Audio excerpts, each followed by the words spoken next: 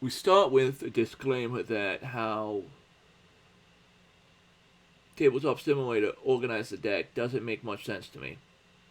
But after that, we start with Purpheros, who's getting cut for Slaying Fire. Because Slaying the Fire is a much better card. I know in this deck isn't creature heavy. Well, it has a few creatures. Anyways, he's probably getting cut for Slaying the Fire, because Slaying the Fire has won me a few games. I'm running 21 hard lands in this deck. 20 of them are mountains. The drawing here, the draw card here, is the most important part of what this does. But in a pinch, it can be the Stoneforge here, which comes into play tapped, but the drawing cards is much more important. But only running 21 lands, having it be able to be a land can be helpful. I'm only running 2 of them though. Slaying Fire.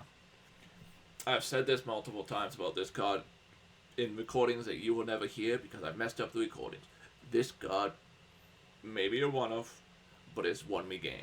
Even in the old version of this deck, which this deck looks nothing like, except for it had a few of the draw spells in it, not as many as this one, but a few of the draw spells. Otherwise, it was a completely different deck. But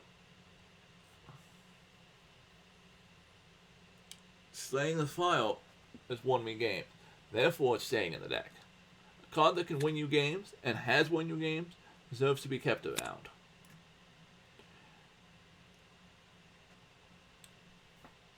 He hasn't won me games yet, but I see the potential for him winning me games with his first ability. But that's not why he's in the deck. He's in the deck because of his Bombmobile. Shit goes sideways, and I have nothing else to do. I can bomb him. Because a lot of things in this deck want me to discard cards. So if I discard them, then I can embalm them. Being able to use stuff after they hit your graveyard is useful. There's only one Hazoret, because I only own one Hazoret. Traveling Salesman. Merchant of the Vault Valley is what the deck is half of what the deck is named after. That haggle is what the deck does. Discards to draw. Discard to draw. Discard to draw. That's what the deck does.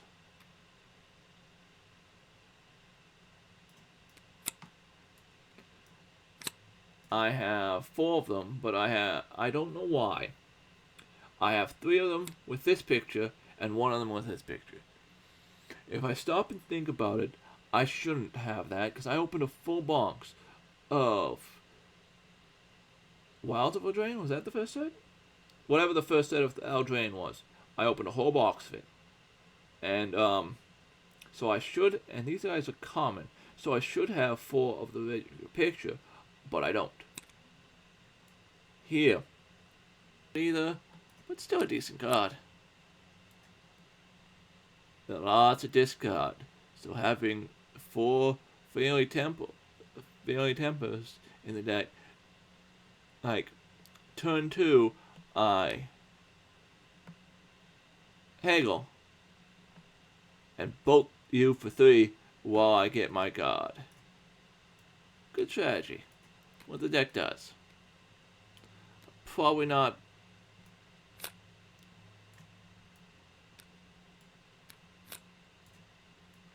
Of course, I'm going to run a full play set. There's a lot of creatures in my meta at Pioneer. A lot of small creatures. At least 2-3 people play small creatures. So having a way to deal with those creatures is always a good thing. And if I'm not playing up against someone who has a bunch of small creatures, That's where the cycling comes in. It can be my second card draw of a turn if I cycle it on my turn, which would trigger the Pyromancer and also get me closer. Dirtle. It would help me dirtle to get my monster. Satyr has Cunnings in here because the deck used to have a more go wide strategy. It had an actual go wide strategy. It doesn't really have a go wide strategy at all at the moment. But it had a go wide strategy. And there was 2 or 3 Cunnings in the deck because I could play them again and again and again. Now there's only 1. And with all the discard outlets in the deck, having, as I said earlier, having Madness is good, considering this becomes a Fireball. Fireball to the face. Surprise Fireball to the face. But my local gaming store only had 2, so I only run 2 in the deck. The newest addition to this deck, the Man Answers, it replaced Wild Guess. Though I'm starting to... I may put Wild Guess back in. Because while this is an instant version of Wild Guess,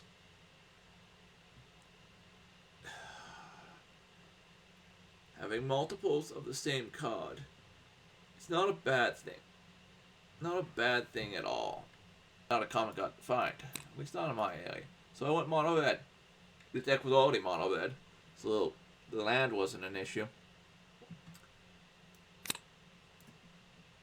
Yeah, that's a full play set of the man.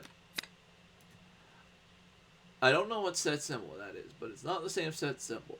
It's this picture, but the original set symbol, I think. I could be totally wrong. But there is a playset of throw possibility in the deck as well.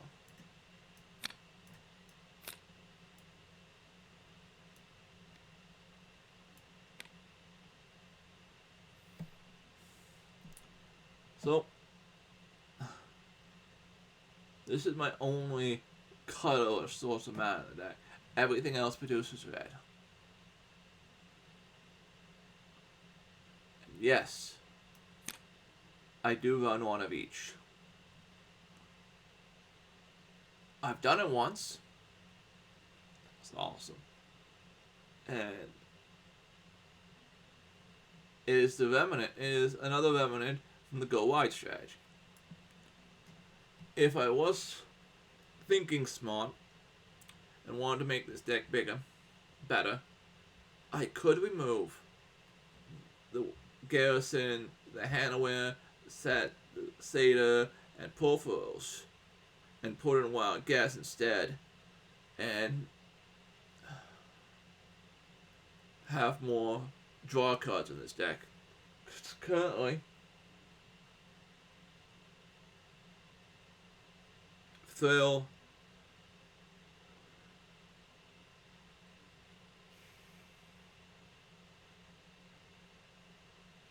I at least have 16 to 18 draw cards in this deck. If I put the Wild Guess in, a third of the deck would be draw. I'll see how it comes. I have tested it, but that was against a very powerful deck. So that was my Traveling Salesman deck, and how I'm probably going to change it up. Because, yeah, well, Demand Answers is an upgrade of Wild Guess. I don't see why I should cut Wild Guess. I want to get to my Wandering Martian as quick as possible. And if I have three playsets of basically discard a card, draw 2 cards, I'll be able to get to the Wandering Monster much faster. You only discard a card and draw a card, though you can do it on a stick. So that's why you're gonna stay in. Also, the name's kind of built on you. But yeah, I've kind of talked my way through recording this video 3 times. into changes to this deck to make it even more budget friendly. So the deck list, like always, is in the description with proportions, and I hope to see you in the next video. Now this one is finally recorded